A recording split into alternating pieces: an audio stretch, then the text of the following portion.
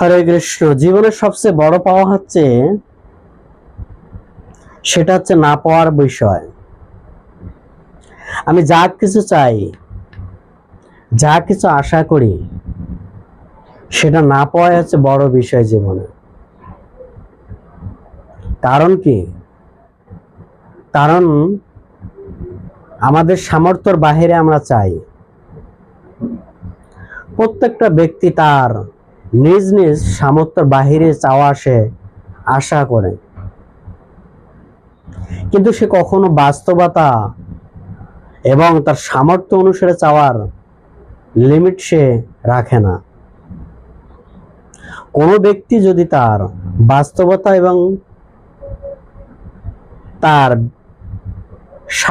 চাওয়ার লিমিটটা রাখে,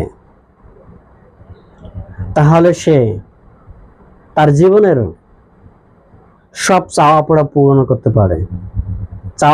করতে পারে, কিন্তু যখন মানুষ তার বাস্তবতা এবং তার সামর্থ্যের বাহিরে চায় আর সেটা না পায়, তখন তার জন্য কি হয়?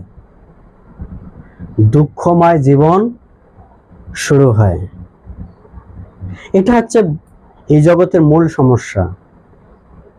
তাই আমাদের সামর্থ্য এবং বাস্তবতার বাহিরে কোনো কিছু চাওয়া ঠিক না। কারণ ভগবান ঈশা উপনিষদে বলছেন, যৎকিঞ্চে জগতম ঈশা ব্যবসা ইদম যৎকিঞ্চে জগতম। সেখানে বলা হয়েছে যে যার যতটুকু সামর্থ্য আছে সেই অনুসারে যদি ব্যক্তি চাওয়া পাওয়া পূরণ করে, তাহলে সে তার সবচেয়ে সুখ অনুভব করতে পারে।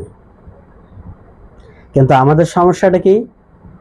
আমাদের সমস্যাটা হচ্ছে আমার সামর্থ্য এবং কি গায় বাস্তবতার থেকে বাহিরে।